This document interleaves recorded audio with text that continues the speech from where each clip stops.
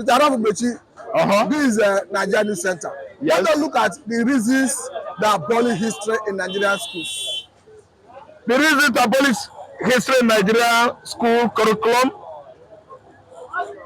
higher institution of learning down to the lower institution of learning, primary school, secondary school.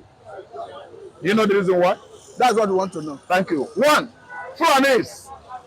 Any Fulani man, any Fulani by tribe in Nigeria is a visitor. They are not Nigerians. They occupy the topography of the north, already preoccupied by the Hausa natives. They mounted on them, they compressed them, they marginalized them, they instill on them the emirates, and all the emirs are Fulanis. This is what Fulani hegemony doesn't want you to know. They don't want you to read it in the higher institution. They don't want you to know it in the institution of low learning. Fulani man is a visitor, and yet he is bragging to be the owner of Nigerian nation. Some people are equally alleged that it's because they don't want younger generation to know injustice done to the Igbos. Two, I have not come. Wait, make I reach where I dey go before you come in. I said one, and I will explain one to you. Fulani, Hausa Fulani has many things to hide. That's why they remove history in our curriculum, both in the higher institution of learning and lower one, primary school and post-primary school. We are the one that read history in the 80s. You see how far history has taken me to today. See, let me tell you. Number two, they don't want to know how the war, they don't want the younger generation to know the injustice, the brutality, the animosity meted on the Igbo man. The Igbo man was badly brutalized. During the war, it was alleged that in African history, it was the biggest, the highest genocide. The Gowan-led military clique was supplied with arms, deadly one, by British Labour government for 36 months to eliminate, to commit genocide in Igbo land, to exterminate the Igbo race. The House of Fulani Senate was at least, basically created to make sure that the Igbos in Adamawa highland, which is connected to Cameroon mountain, the Igbos in Yoruba Island, who are farming in Ondo State, and so on and so forth in the forest there, they were secretly killed. Serious genocide overnight to make sure that Igbo race is no more on the map of Africa. See, let me tell you, that's why they quickly do what? Chased away the missionaries. The school we have in Nigeria, across Nigeria in those days, were built by the whites. The Scottish, the Irish, these are friends of the Igbos because they are largely Anglican. And the schools were owned by them. Nigerian governments under Gowan, under Ramatmata Mohammed, Obasanjo, so on and so forth, they would sack the missionary schools because they are there to tell you what happened, what transpired during the war. How they helped Igbos bringing relief from the axis of Gabon. Are you listening to me?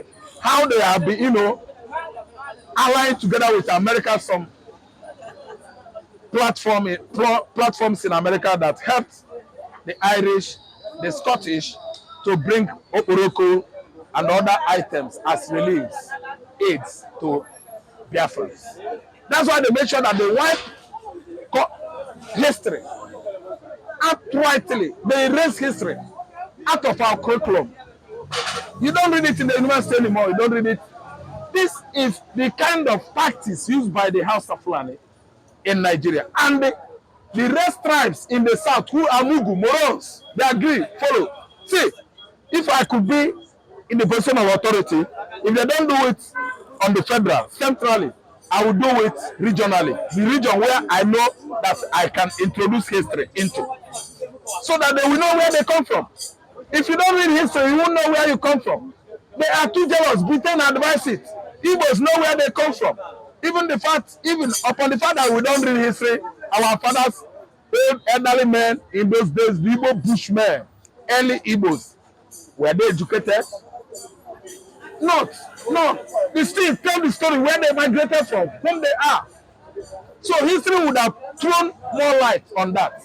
History would have highlighted it more for people, the younger generation, to know our genealogy and our ancestral background. So they play this kind of politics to make sure that the Yorubas, they don't know where they come from. The Hausas, they don't know where Fulani came from. Because Fulani, as of 1804, Ottoman Danfodio was busy. People are saying that the injustice still persists even up to today. That's it. That's it. I told you the fact that you have only 6 states in the southeast. The whole southeast. Only 5. Only 5 states. A population of people that is more than 80 million. Whereas in confirmed by CIA. In other geopolitical zones, you have 60 states. Thank you. See, let me tell you. That is for a conquered nation. That is for a nation that was victimized in and outside what? Nigerian Biafran Civil War.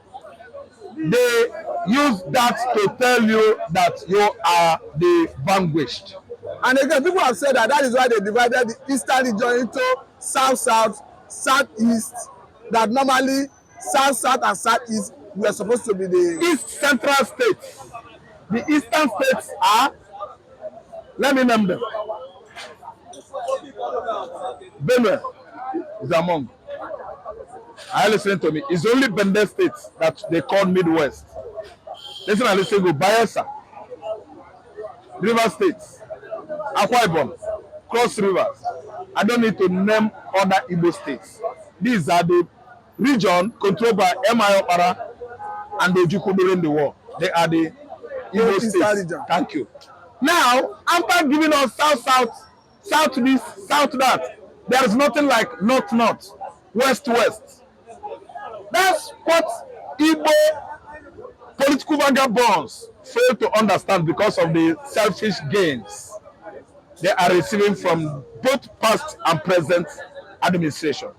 See, let me tell you, the idea of no vanquish, no victor is to give you that kind of psychology that you are part of what is happening or going on in Nigeria. While right in their mind, you are a victim still, and they are the victors. If actually there's no victor, no vanquish, why did Obi face what he faced last year? Why did Tinubu outrightly snatch mandate that belonged to Igbo man? Why did he do that? Why did Mahmoud dance to the Hausa Fulani plan, never to allow Igbo rule again? Why did Mahmoud do that? See, let me tell you, Naira represents N-A-N, never. A, allow. R. Naira is N, never. A, allow. I, Igbo. R, rule. A, again, that is the spelling of Naira. That is what they met, came together and they planned against Igbo man after the war. And it is happening now.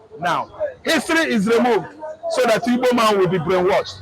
And actually, the real Igbo man, the core Igbo man that are resilient and too enterprising, our brains are not brainwashed. We are with our original brain.